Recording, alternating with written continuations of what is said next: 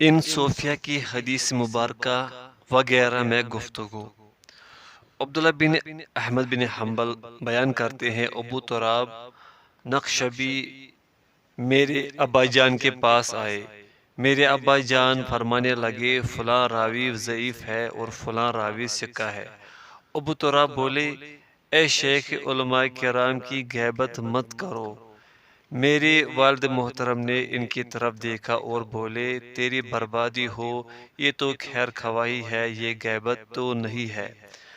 محمد بن فضل عباسی کہتے ہیں، ہم عبد الرحمن بن ابی حاتم کے پاس بیٹھے ہوئے تھے اور وہ ہمیں کتاب الجرح و تعدیل سناتے ہوئے یوں بولے، میں اہل علم کے احوال ظاہر کرتا ہوں کہ ان میں سے کون سکہ یا غیر سکہ ہے۔ تو یوسف بن حسین نے انہیں کہا، اے ابو محمد، مجھے آپ پر شرم محسوس ہو رہی ہے۔ اس اہل علم کے قوم میں سے کتنے لوگ ہیں جو اپنی سواریاں 1 صدی یا 2 صدیوں سے جنت میں اتار چکے ہیں، اور آپ ادھر روئے زمین پر ان کے تذکرے غیبت کے لہجے میں کر رہے ہیں۔ اس پر عبد الرحمن رونے لگے اور بولے، اے ابو یعقوب، اگر میں آپ کی یہ بات اپنی اس کتاب کے تصنیف کرنے سے قبل سن لیتا تو اسے بالکل تصنیف ہی نہ کرتا۔ میں عرض کرتا ہوں، اللہ تعالیٰ ابن ابی حاتم کو معاف فرمائے، اگر یہ شخص فقیہ ہوتا تو بالکل ایسے ہی اس کا رد کرتا جس طرح امام احمد رحمۃ اللہ علیہ نے ابو تراب کا رد کیا تھا، اور اگر جرح و تعدل کا علم نہ ہو تو پھر باطل سے صحیح کی معرفت کس طریقے سے ہو سکے گی؟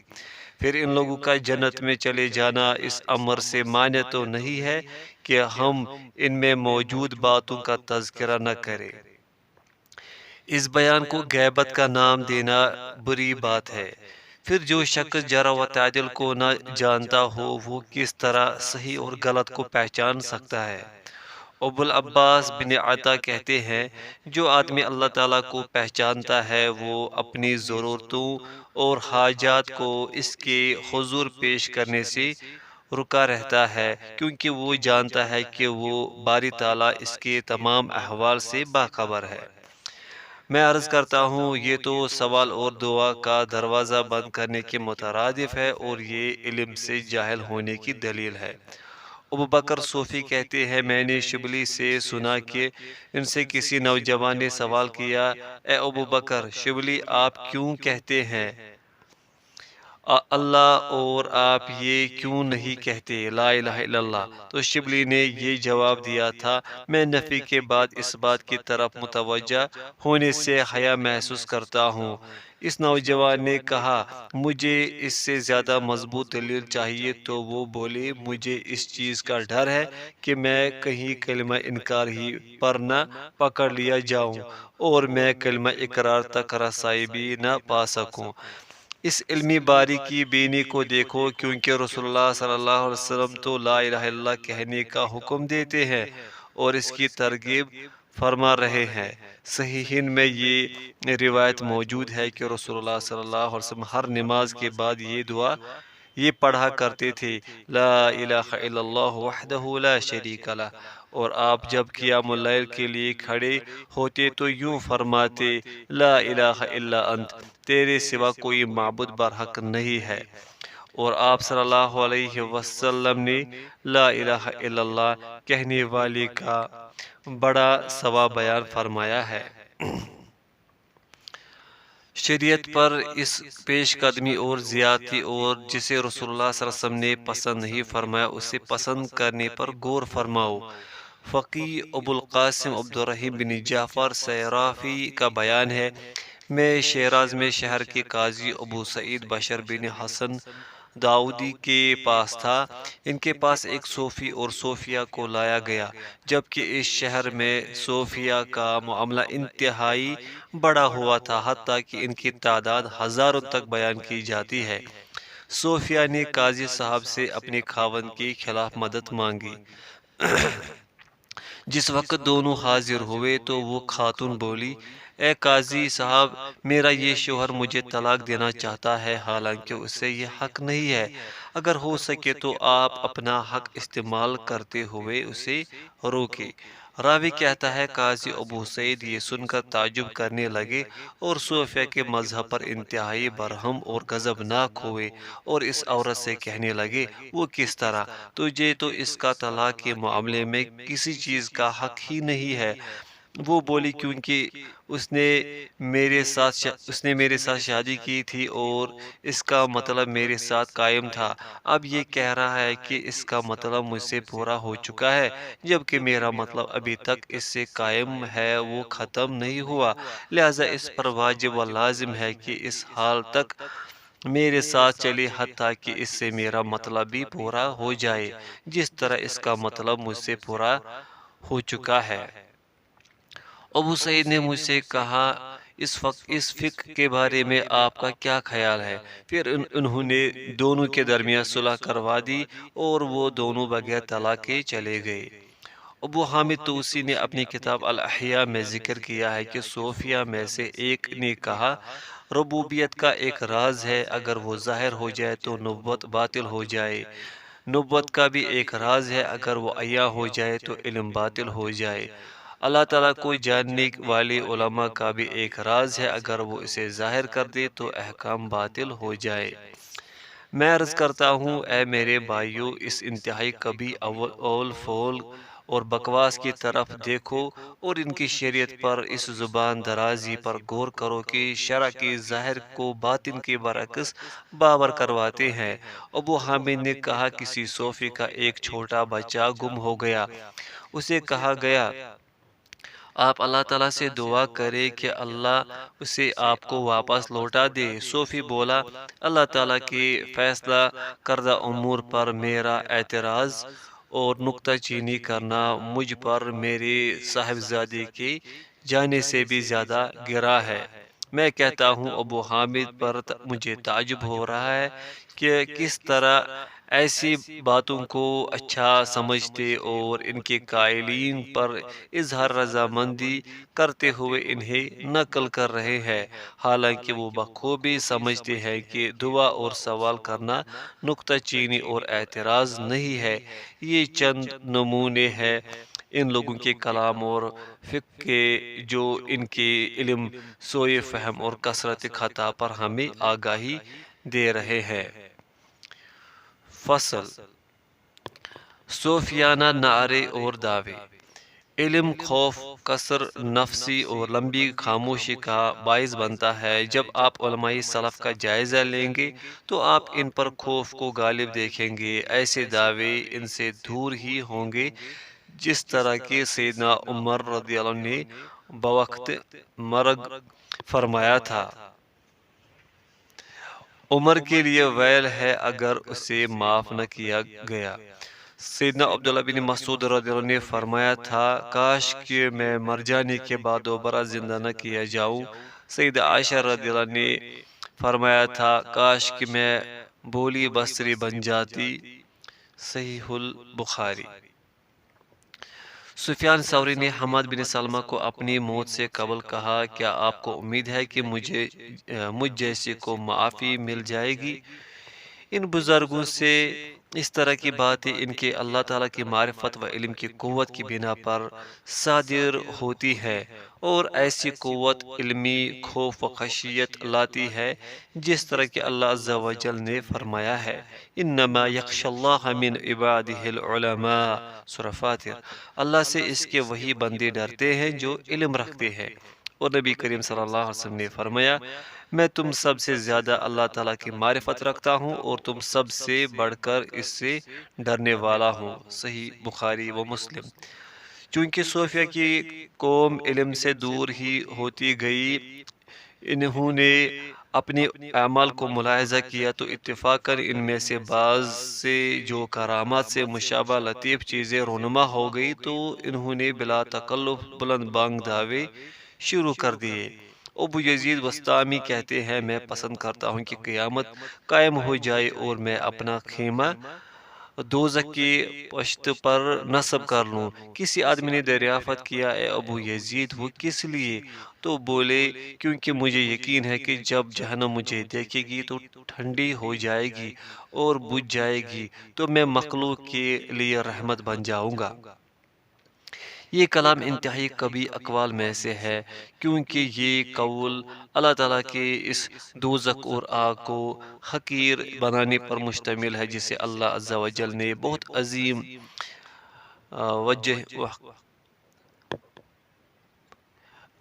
و فہیم انداز سے بیان فرمایا ہے۔ اللہ تعالیٰ نے مبالغہ کی حد تک یوں بیان فرمایا ہے، فَاتَّقُوا النَّارَ الَّتِي وَقُودُهَا النَّاسُ وَالْحِجَارَةُ سورۃ البقرہ۔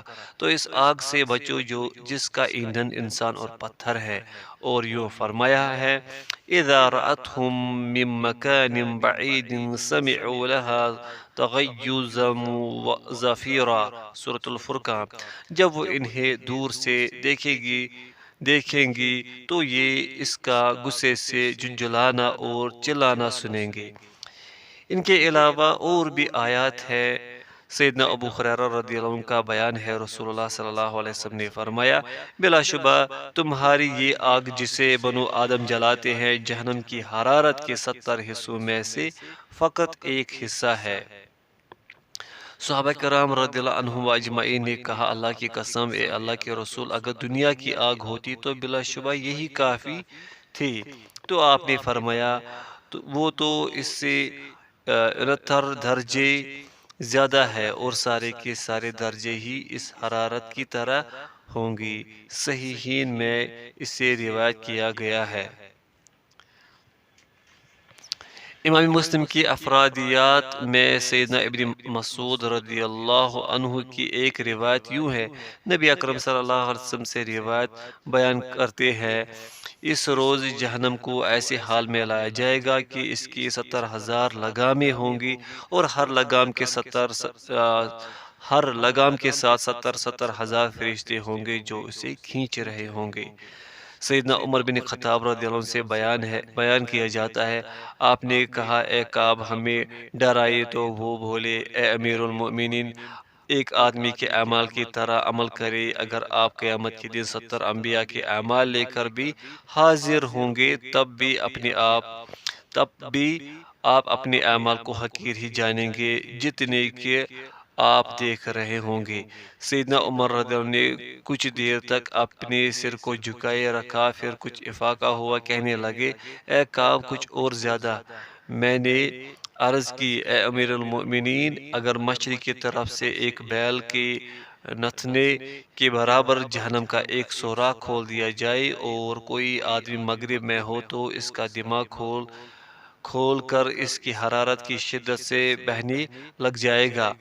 سیدنا عمر رضی اللہ عنہ نے پھر سر کو جھکا لیا، پھر کچھ افاقہ ہوا تو عرض کی، اے کعب کچھ مزید سناؤ۔ میں نے کہا، اے امیر المؤمنین، یقیناً قیامت کے روز جہنم ایک لمبا سانس باہر نکالے گی، کوئی مقرب فرشتہ اور کوئی برگزیدہ نبی بھی باقی نہ رہے گا، مگر اس کے باعث وہ اپنے گھٹنوں کے بل نیچے گر پڑے گا اور کہنے لگے گا، میرے رب، میری جان، آج میں تجھ سے اپنی جان کے سوا کچھ نہیں مانگتا۔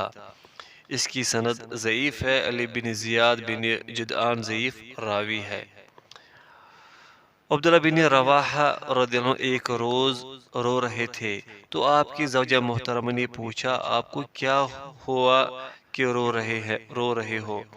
تو وہ بولے، مجھے بتایا گیا ہے کہ میں جہنم پر وارد ہونے والا ہوں، لیکن یہ نہیں بتایا گیا کہ میں اس سے نکل بھی آؤں گا۔ جب اس وقت کے بہترین افراد کی یہ حالت اور ان کی گھبراہٹ اور پریشانی کا یہ عالم ہوگا تو اس دعویٰ کرنے والے کی کیا کیفیت ہوگی؟ پھر یہ اپنی جان کے لیے اس بات کا قطعی فیصلہ دے رہا ہے جس ولایت اور نجات کے بارے میں وہ بالکل جانتا ہی نہیں ہے، اور یہ بھی یاد رکھے کہ اس سے نجات پانے کا قطعی فیصلہ تو بس صحابہ کرام کی ایک خاص جماعت کے لیے کیا گیا ہے۔ ابن عقیل نے بیان فرمایا، ابو یزید سے یہ قول نقل کیا جاتا ہے کہ جو آدمی یہ کہے کہ یہ مخلوق ہمیشہ سے ہے تو وہ زندیق ہے، اس کا قتل کرنا واجب ہے، کیونکہ کسی چیز کی شان میں کمی لانا اور اس کی بے قدری کرنا اس کے انکار کا نتیجہ ہوتا ہے، کیونکہ جو شخص جنوں پر ایمان لاتا ہے وہ تاریکیوں میں اس سے کانپتا رہتا ہے، اور جو ایمان نہیں لاتا وہ بالکل پریشان نہیں ہوتا، بلکہ بعض اوقات تو وہ یوں بھی کہہ دیتا ہے، ارے جنوں مجھے پکڑ لو۔ ایسی باتیں کرنے والے شخص کے چہرے کے سامنے موم بتی لانا چاہیے، جب وہ پریشان ہونے لگے تو اس سے یوں کہہ دیا جائے، یہ تو آگ کا انگارہ ہے۔ طیفور الصغیر کا بیان ہے، میں نے اپنے چاچا جو کہ ابو یزید کا خادم تھا اس سے سنا ہے، وہ کہتا تھا، میں نے ابو یزید کو یہ کہتے سنا تھا، سبحانی سبحانی ما اعظم شأنی، میں پاک ہوں میں پاک ہوں، میری شان کس درجہ عظیم ہے۔ اور پھر یوں کہتا تھا، حسبی من نفسی حسبی، مجھے میرا نفس ہی کافی ہے، مجھے میرا نفس ہی کافی ہے۔ میں عرض کرتا ہوں یہ باتیں اگر تو اس سے صحیح ثابت ہو، کیونکہ بعض اوقات ایسا ہو جاتا ہے کہ راوی بات کو سمجھ نہیں پاتا، اور اس امر کا احتمال ہے کہ وہ حق تعالیٰ کی ذات کی بزرگی اور عظمت بیان کر رہے ہو، تو اس سلسلے میں انہوں نے یوں کہا ہو سبحانی، اور اس سے وہ اللہ تعالیٰ کی طرف سے بیان مراد لے رہے ہو اور اپنی ذات مراد نہ لے۔ اور جنید نے کسی قدر ان کی خاطر اس کی تعویل بھی بیان کی ہے، اگر وہ میری کہی ہوئی بات کی طرف راجع نہیں ہے تو وہ کچھ بھی وزن نہیں رکھتی۔ جعفر خلدی کا بیان ہے کہ انہوں جنید سے پوچھا گیا کہ ابو یزید کہتے تھے، سبحانی سبحانی انا ربی العالی، میں پاک ہوں میں سبحان ہوں میں ہی اعلیٰ رب ہوں۔ تو جنید نے کہا تھا، آدمی مشاہدہ حق عز و جل میں غرق ہو جاتا ہے اور پھر وہی بولنے لگتا ہے جس کے سبب وہ غرق ہوا ہوتا ہے، تو عالم مشاہدہ میں حق تعالی اسے اپنے نفس سے غافل بنا دیتے ہیں، وہ صرف حق تعالی ہی کا مشاہدہ کرتا ہے، اس لیے وہ اس کی صفات کا بیان کرتا ہے۔ میں عرض کرتا ہوں انہی خرافات میں سے یہ باتیں ہیں۔ عبداللہ بن علی سراج کا بیان ہے، میں نے احمد بن سالم بصری سے بصرہ میں سنا تھا، وہ ایک دن اپنی مجلس میں کہہ رہے تھے، فرعون نے ایسی بات نہیں کہی جو بات ابو یزید نے کہی ہے، کیونکہ فرعون نے تو یہی بات کہی تھی، انا ربکم الاعلی، تم سب کا رب میں ہی ہوں۔ اور رب کا لفظ تو مخلوق پر بھی بولا جاتا ہے، اور یوں کہا جاتا ہے، رب الدار، گھر کا مالک، جبکہ ابو یزید نے یہ کہا ہے سبحانی، اور سبحانی تو فقط اللہ تعالیٰ کے لیے ہے، کسی دوسرے کے لیے جائز نہیں ہے۔ میں نے عرض کی، کیا آپ کے نزدیک ابو یزید کی طرف سے یہ جملہ ثابت ہے؟ انہوں نے کہا، بلا شبہ اس سے یہ بات کہی ہے، اس نے یہ بات کہی ہے۔ میں نے کہا، یہ بھی ہو سکتا ہے کہ اس کلام سے پہلے کوئی گفتگو ہو اور وہ اللہ تعالیٰ کی طرف سے بطور حکایت کہہ رہے ہو سبحانی، کیونکہ اگر ہم کسی شخص سے یہ سنیں کہ وہ کہہ رہا ہو، لا الہ الا انا، کوئی معبود نہیں سوائے میرے، سو ہم یہی سمجھیں گے کہ وہ تلاوت کر رہا ہے۔ حاشا، اس سے وہ سورہ طٰہٰ کی آیت نمبر 14 مراد لے رہا ہے کہ وہ اس کی تلاوت کر رہا ہو۔ حاشا مکمل ہوا۔ میں نے اہل بسطام کی ایک جماعت سے جو ابو یزید کے اہل خانہ میں سے تھے اس جملے کے متعلق پوچھا، تو انہوں نے جواب دیا، ہم اس کے متعلق نہیں جانتے۔ ابو یزید کا بیان ہے، میں خانہ کعبہ کے گرد طواف کر رہا تھا، جب میں اس تک پہنچا تو میں نے دیکھا کہ خانہ کعبہ تو میرے گرد طواف کر رہا ہے۔ طیفور الصغیر کا بیان ہے، میں نے ابو یزید کو یہ کہتے ہوئے خود سنا، میں نے پہلی مرتبہ حج کیا تو میں نے بیت اللہ کو دیکھا، پھر میں نے دوسرا حج کیا تو میں نے صاحب بیت اللہ کو دیکھا اور بیت اللہ کو بالکل نہ دیکھا، پھر میں نے تیسرا حج کیا تو میں نے بیت اللہ کو دیکھا اور نہ ہی صاحب بیت اللہ کو۔ ابو یزید سے لوح محفوظ کے متعلق سوال ہوا تو انہوں نے کہا لوح محفوظ تو میں ہی ہوں۔ ابو موسیٰ دعیلی کہتے ہیں کہ میں نے ابو یزید سے کہا مجھے یہ خبر ملی ہے کہ 3 اشخاص کے دل سیدنا جابر سیدنا جبریل علیہ السلام کے دل جیسے ہیں۔ وہ بولے وہ تینوں میں ہی ہوں۔ میں نے دریافت کیا وہ کس طرح؟ تو بولے میرا دل ایک ہے، میری فکر و غم ایک ہے اور میری روح ایک ہے۔ راوی کہتا ہے میں نے کہا اور مجھے یہ خبر ملی ہے کہ ان میں سے ایک کا دل تو سیدنا اسرافیل علیہ السلام کے دل جیسا ہے۔ وہ پھر بولے وہ ایک بھی میں ہی ہوں۔ میری مثال تو بحر بے کنار کی ہے جس کا کوئی اول ہے اور نہ ہی کوئی آخر۔ سہل کی کہتے ہیں ابو یزید کے پاس ایک آدمی نے یوں پڑھا ان بطش ربک لشدید سورۃ البروج، یقیناً تیرے رب کی پکڑ بڑی سخت ہے۔ تو ابو یزید بولے مجھے اس کی زندگی کی قسم، بلا شبہ میری پکڑ تو اس کی پکڑ سے بھی شدید تر ہے۔ ابو یزید سے کہا گیا ہمیں معلوم ہوا کہ آپ ساتھوں میں سے ایک ہے، تو بولے میں ہی ساتھوں ہوں۔ ان سے کہا گیا ساری خلقت ہمارے آقا سیدنا محمد صلی اللہ علیہ وسلم کے جھنڈے تلے ہوں گی، تو کہنے لگے اللہ کی قسم میرا جھنڈا تو سیدنا محمد صلی اللہ علیہ وسلم کے جھنڈے سے بھی بڑا ہوگا۔ میرے جھنڈے کے نیچے جو نور کا ہوگا سب جن و انس ہوں گے، حتیٰ کہ سب انبیاء کرام بھی۔ ابو یزید نے کہا سبحانی سبحانی ما اعظم سلطانی، میں پاک ہوں، میری سلطنت کس درجہ عظیم ہے۔ میری مثل نہ تو آسمان میں پائی جاتی ہے اور نہ میری صفت کی مثل زمین ہی میں کوئی شناسائی ہے۔ میں وہ ہوں اور وہ میں ہوں اور وہ ہے۔ ابو یزید سے پوچھا گیا آپ ان ساتوں ابدال میں سے ایک ہے جو زمین کے میخے ہیں؟ تو وہ بولے وہ ساتوں میں ہی ہوں۔ حاشیہ ابدال کے بارے میں کوئی بھی حدیث صحیح نہیں ہے۔ حسن بن علی بن سلام کا بیان ہے ابو یزید ایک شہر میں داخل ہوئے تو بہت سے لوگ ان کے پیچھے لگ گئے۔ انہوں نے ان کی جانب پلٹ کر دیکھا تو یوں بولے انی انا اللہ لا الہ الا انا فاعبدونی سورۃ طٰہٰ، بلا شبہ میں ہی اللہ ہوں، میرے سوا کوئی معبود نہیں ہے، لہذا میری عبادت کرو۔ لوگوں نے یہ سن کر کہا ابو یزید دیوانہ ہو گیا ہے، جس پر لوگوں نے انہیں چھوڑ دیا ہے۔ ابو یزید کہتے ہیں مجھے ایک مرتبہ اوپر لے جایا گیا حتیٰ کہ میں حق تعالی شانہ کی عین سامنے کھڑا ہو گیا اور اللہ تعالیٰ نے مجھے فرمایا اے ابو یزید میری مخلوق یہ پسند کرتی ہے کہ وہ تجھے دیکھ لے۔ میں نے عرض کی اے میرے پیارے اور میں بھی اس بات کو پسند کرتا ہوں کہ وہ مجھے دیکھ لے۔ اللہ تعالیٰ نے فرمایا اے ابو یزید میں چاہتا ہوں کہ میں خود تجھے انہیں دکھلا دوں۔ میں نے عرض کی اے میرے پیارے اگر وہ مجھے دیکھنا چاہتے ہیں اور تو بھی یہی چاہتا ہے تو پھر میں تیری مخالفت کی تو بالکل طاقت نہیں پا سکتا۔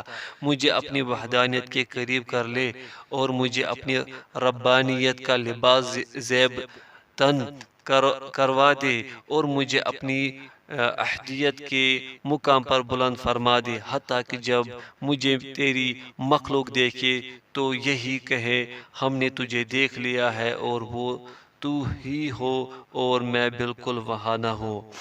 چنانچہ اللہ تعالیٰ نے میرے ساتھ یہی معاملہ فرمایا، مجھے کھڑا کیا، مجھے تیار کیا اور مجھے مقام بلند تک اٹھایا، پھر یوں فرمایا میری مخلوق کی جانب باہر آؤ۔ میں فقط ایک قدم ہی جناب باری تعالیٰ سے مخلوق کی طرف چلا تھا، جو ہی میں نے دوسرا قدم اٹھایا تو مجھ پر غشی طاری ہو گئی۔ ادھر اللہ تعالیٰ نے بآواز بلند فرمایا میرے حبیب کو واپس لے آؤ کیونکہ یہ ایک لمحہ بھر کے لیے بھی میری جدائی برداشت نہیں کر سکتا۔ ابو یزید سے یہ حکایت بھی بیان کی جاتی ہے کہ انہوں نے یہ بھی کہا ہے سیدنا موسیٰ علیہ السلام نے ارادہ کیا تھا کہ وہ اللہ تعالیٰ کا دیدار کر لے، اور ادھر میں ہوں کہ میں نے اللہ تعالیٰ کا دیدار کرنے کا بالکل ارادہ نہیں کیا، بلکہ خود اللہ تعالیٰ نے میرا دیدار کرنے کا ارادہ فرمایا ہے۔ جنید بن محمد بیان کرتے ہیں گزشتہ رات میرے پاس اہل بسطام میں سے ایک آدمی آیا، اس نے تذکرہ کیا کہ اس نے ابو یزید بسطامی کو یہ کہتے سنا ہے، اے میری اللہ، اگر تیرے سابقہ علم میں یہ بات ہے کہ تو اپنی مخلوق میں سے کسی کو عذاب کرے گا تو تو میرے جسے کو اتنا عظیم و کبیر بنا دے کہ اس آگ میں میرے علاوہ کسی دوسرے کی گنجائش ہی باقی نہ رہے۔ ان کے متذکرہ دعوے تو اپنے بکواسات کی وجہ سے بالکل واضح قباحت پر مبنی ہے، جبکہ ان کا مذکورہ قول 3 وجوہ کی بنا پر غلط ہے۔ پوائنٹ فرسٹ، انہوں نے کہا ہے اگر تیرے سابقہ علم میں یہ بات ہے، حالانکہ ہم قطعی طور پر یہ جانتے ہیں کہ مخلوق کو آگ کا عذاب لازماً ہوگا، بلکہ ان میں سے چند ایک کا اللہ تعالیٰ نے خود بھی نام لیا ہے، جیسے کہ فرعون اور ابو لہب، تو اتنے یقینی اور قطعی علم کے بعد یہ کہنا کس طرح جائز ہے کہ اگر تیرے علم میں ہے۔ پوائنٹ سیکنڈ، ان کا کہنا میرے جسے کو عظیم و کبیر بنا دے، اگر تو یہ بات کہتے کہ میں مومنوں سے دفاع کر لوں تو بات ہوتی، لیکن انہوں نے تو یوں کہا ہے حتیٰ کہ اس جہنم میں میرے سوا کسی دوسرے کی گنجائش بھی نہ ہے، تو انہوں نے تو کفار پر بھی نرمی کر دی ہے۔ یہ تو اللہ تعالیٰ کی رحمت دستی اندازی کے مترادف ہے۔ پوائنٹ تھرڈ، ممکن ہے کہ وہ اس آگ کے اندازے سے جاہل ہو یا صبر کے معاملے میں انہیں اپنی جان پر وثوق ہو، حالانکہ یہ دونوں باتیں ان کے ہاں نہیں ہے۔ میں عرض کرتا ہوں انہوں نے تو یہ بھی کہا ہے، اللہ کی قسم میں نے گزشتہ شب اس مسئلے پر سیدنا خضر علیہ السلام سے بھی گفتگو کی ہے، اور فرشتے میری موقف کے داد دے رہے تھے، اور اللہ تعالیٰ بھی میری گفتگو سن رہا تھا۔ اس نے بھی مجھ پر کوئی عیب نہیں لگایا، اور اگر وہ مجھ پر کوئی عیب لگاتا تو بضرور مجھے گونگا بنا دیتا۔ میں کہتا ہوں اگر اس آدمی کی دیوانگی اور دماغی کیفیت کی تبدیلی کی طرف نسبت نہ کی گئی ہوتی تو اس کی تردید لازم ہو جاتی۔ سیدنا خضر علیہ السلام کہاں ہے، اور انہیں کہاں سے معلوم ہوا کہ فرشتے ان کی باتوں کی داد دے رہے تھے؟ اور کتنی ہی باتیں ایسی ہوتی ہے جو معیوب اور قابل گرفت ہوتی ہے، لیکن ان کے کہنے والے کو جلد گرفت میں نہیں لیا جاتا۔ حاشیہ، اس کے کہنے اور کرنے والے کو مہلت اور ڈیل دیتے ہوئے اور اسے توبہ و انابت کی طرف جلدی کرنے سے قبل ہی سزا کا اچھی طرح حقدار بنانے کے لیے۔ حاشیہ مکمل ہوا۔ میمونہ عبدہ سے مجھے یہ بات پہنچی ہے، اس نے کہا ہے مجھے اپنے محب سمنون سے یہ بات ملی ہے کہ وہ اپنے آپ کو کذاب کہا کرتا تھا اپنی ان اشعار کی وجہ سے جن میں اس نے یہ کہا تھا۔ ترجمہ، مجھے تیرے سوا کسی اور میں کچھ مزہ اور خوشی نہیں ملتی، لہذا تو مجھے جس طرح چاہتا ہے آزمائش میں ڈال دے۔ چنانچہ اس کا پیشہ بند ہو گیا، اور پھر وہ اپنے فیصلے پر جم بھی نہ سکا۔ اس کے بعد وہ درسگاہوں میں گھوما پھرا کرتا، اور اس کے ہاتھ میں ایک شیشی ہوا کرتی تھی جس سے اس کا پیشاب قطرہ قطرہ ٹپکتا رہتا تھا، اور وہ بچوں سے یہ کہا کرتا تھا اپنے کذاب چچا کے لیے دعا کرو۔ بلا شبہ اس بات سے میرے تو رونگٹے کھڑے ہو رہے ہیں۔ کیا آپ دیکھ رہے ہیں کہ کس جھوٹی طاقت کے دعوے کر رہا ہے؟ یہ سب کچھ اللہ تعالیٰ کے بارے میں لا علمی اور جہالت کا ثمرہ اور نتیجہ ہے۔ اگر وہ اللہ تعالیٰ کی ذات کو پہچانتا ہوتا تو وہ اللہ تعالیٰ سے سوائے عافیت کے کوئی دوسرا سوال نہ کرتا۔ ابو العباس بن عطا کا بیان ہے کہ میں ایسی کرامات کی تردید کیا کرتا تھا، حتیٰ کہ مجھے ایک سکہ راوی نے ابو الحسین نوری سے یہی باتیں بیان کی۔ میں نے ان سے دریافت کیا تو انہوں نے جواب دیا اسی طرح ہے۔ وہ کہتا ہے ہم دریائے دجلہ میں ایک کشتی میں تھے، لوگوں نے ابو الحسین سے کہا ہمارے لیے دریائے دجلہ سے ایک ایسی مچھلی نکالے جس میں 3 رتل اور 3 اوقیے ہو۔ چنانچہ انہوں نے اپنے ہونٹوں کو جب نشک دی تو فوراً ایک مچھلی جس میں 3 رتل اور 3 اوقیے تھے پانی سے نمودار ہوئی اور دیکھتے ہی دیکھتے اس کشتی میں آ گری۔ ابو الحسین سے عرض کی گئی ہم تجھے اللہ کا واسطہ دے کر سوال کرتے ہیں کہ تو ہمیں بتا کہ تو نے کن الفاظ سے دعا مانگی ہے۔ انہوں نے کہا میں نے عرض کی تھی مجھے تیری عزت کی قسم اگر تو نے ایک ایسی مچھلی نہ نکالی جس میں 3 رتل اور 3 اوقیے ہو تو میں دریائے دجلہ میں اپنے آپ کو غرق کر لوں گا۔ جنید کہتے ہیں میں نے نوری کو کہتے ہوئے سنا ہے میں رقہ میں تھا، وہاں کے مرید میرے پاس آئے اور یوں بولے ہم مچھلی کے شکار کے لیے باہر جا رہے ہیں۔ انہوں نے مجھے بھی کہا لا ایک ایسی مچھلی اپنی عبادت گزاری اور اپنی اس مجاہدے کے زور پر جس پر تو قائم ہے، جس میں گوشت صرف 3 رتل ہو، کم نہ ہو زیادہ۔ چنانچہ میں نے اپنے مولا سے عرض کی اگر اسی لمحے تو نے ایسی مچھلی نہ نکالی جس میں ان کے بیان کردہ خوبی بھی موجود ہو تو میں اپنے آپ کو دریائے فرات میں ڈال دوں گا۔ چنانچہ میں نے ایک مچھلی نکالی، اس کا میں نے وزن کیا تو وہ پوری 3 رتل کی تھی، کچھ زیادہ تھی اور نہ ہی ذرا برکم۔ جنید نے کہا میں نے ان سے عرض کیا اے ابو الحسین اگر وہ مچھلی نہ نکلتی تو کیا تو نے اپنے آپ کو دریا میں ڈال دینا تھا؟ بولے جی ہاں۔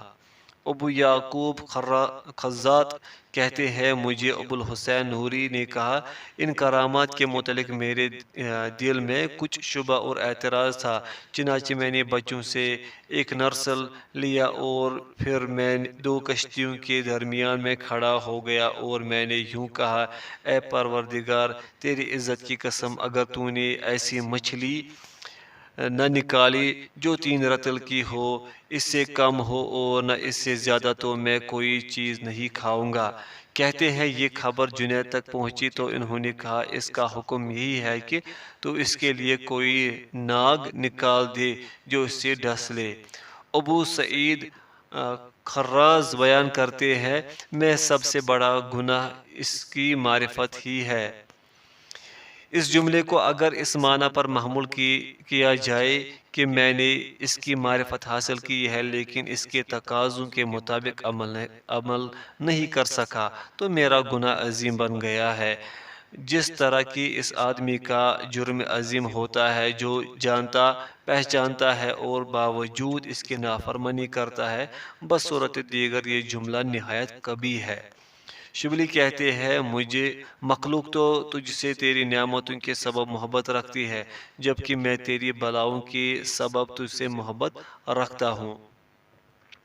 ابو عبداللہ احمد بن محمد حمدانی کہتے ہیں میں شبلی کے پاس گیا، جو ہی میں باہر آنے کے لیے کھڑا ہوا تو وہ مجھے اور میرے ساتھ والوں کو جب ہم گھر سے باہر نکل آئے یوں کہنے لگے تم جہاں جی چاہے چلتے جاؤ، میں تمہارے ساتھی ہوں اور تم میری نگرانی اور حفاظت میں ہو۔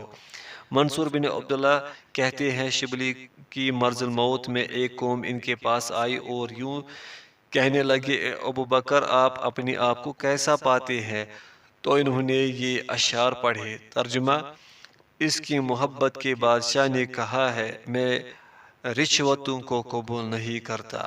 ابن عقیل نے کہا ہے شبلی سے یہ جواب بھی نقل کیا گیا ہے، یقیناً اللہ سبحانہ وتعالی نے یوں فرمایا ہے وَلَسَوْفَ يُؤْتِيكَ رَبُّكَ سورہ الضحیٰ تجھے تیرا رب بہت جلد انعام دے گا اور تو راضی و خوش ہو جائے گا۔ اللہ کی قسم محمد صلی اللہ علیہ وسلم اس وقت تک راضی نہیں ہوں گے جب تک آپ کی امت میں سے کوئی ایک بھی دوزخ میں ہوگا۔ پھر یوں بولے بلا شبہ سیدنا محمد صلی اللہ علیہ وسلم اپنی امت کی سفارش کریں گے، پھر آپ کے بعد جو آگ میں ہوں گے ان کے لیے میں سفارش کروں گا حتیٰ کہ آگ میں کوئی بھی باقی نہیں رہے گا۔ ابن عقیل نے یہ بھی کہا ہے پہلا دعویٰ نبی کریم صلی اللہ علیہ وسلم پر کھلا جھوٹ ہے، کیونکہ نبی اکرم صلی اللہ علیہ وسلم تو فاجروں کو عذاب ہونے پر راضی ہوں گے، کس طرح ہو سکتا ہے جبکہ آپ نے تو بذات خود شراب کے متعلقین 10 افراد پر لعنت کی ہے۔ لو تو اب اس بات کا دعویٰ کرنا کہ اللہ تعالیٰ کے ایسے بدکاروں فاجروں کے عذاب کرنے پر آپ راضی نہ ہوں گے بالکل باطل دعویٰ ہے اور شرعی حکم پر ایک جاہلانہ اقدام ہے۔ اور ان کا یہ دعویٰ کرنا کہ وہ تمام جنوں انسانوں کی سفارش کرنے کے اہل ہے، اور دوسرا یہ دعویٰ کرنا کہ وہ محمد صلی اللہ علیہ وسلم سے بھی زائد سفارش کریں گے، کفر ہے، کیونکہ جب کوئی انسان اپنی ذات کے متعلق قطعی فیصلہ کرے کہ وہ اہل جنت میں سے ہے تو وہ اہل دوزخ میں سے ہوگا۔ ایسے شخص کا کیا بنے گا جو اپنی ذات کے بارے میں یہ گواہی دے رہا ہے کہ وہ ایسے مقام پر فائز ہے جو مقام نبوت سے بھی بالا تر ہے، بلکہ اس کا مقام تو مقام محمود سے بھی کہیں بڑھ کر ہے، حالانکہ وہی شفاعت عظمیٰ ہے، تو اس کا کیا انجام ہوگا؟ ابن عقیل نے فرمایا ہے اہل بدعت کے حق میں جو میری زبان اور میرے دل میں جوش موجزن ہے، اگر تلوار چلانے میں مجھے اتنی قدرت مل جائے تو میں ایسی مخلوق کے ناپاک خون سے زیر زمین کی مٹی کو سیراب کر دوں۔ ابو العباس بن عطا کہتے ہیں میں نے قرآن کریم پڑھا ہے، میں نے اللہ تعالیٰ کو کسی بندے کا اس انداز میں ذکر کرتے ہوئے نہیں دیکھا کہ اللہ تعالیٰ نے اس کی ستائش و مدح فرمائی ہو پھر اسے آزمائش میں ڈال دیا ہو۔ میں نے اللہ تعالیٰ سے یہ سوال کیا کہ وہ مجھے آزمائشوں سے دو چار کر دے، بس چند دن ہی گزرنے پائے تھے کہ 20 سے کچھ زیادہ میتیں میرے گھر سے نکلے، ان میں سے کوئی بھی واپس نہیں پلٹا۔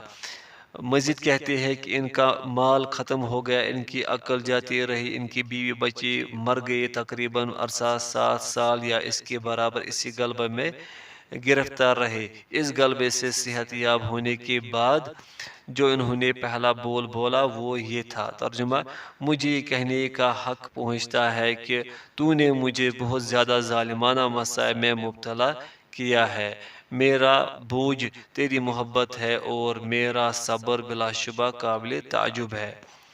میں عرض کرتا ہوں اس آدمی کی کم علمی کا نتیجہ اور صلہ ہے کہ اس سے اپنے لیے بلاؤں اور آفتوں کا مطالبہ کیا۔ سب سے بڑی قباحت ہے جھوٹی طاقتوں کو ظاہر کرنے کے لیے مصیبتوں کا سوال نہ کرے، اور شدت کا معنی ظلم ہے، اسے اللہ تعالیٰ کی طرف منسوب کرنا بھی جائز نہیں ہے۔ زیادہ بہتر یہ ہے کہ اس بارے میں سمجھا جائے کہ اس نے دیوانگی کے ایام میں یہ شعر کہے تھے۔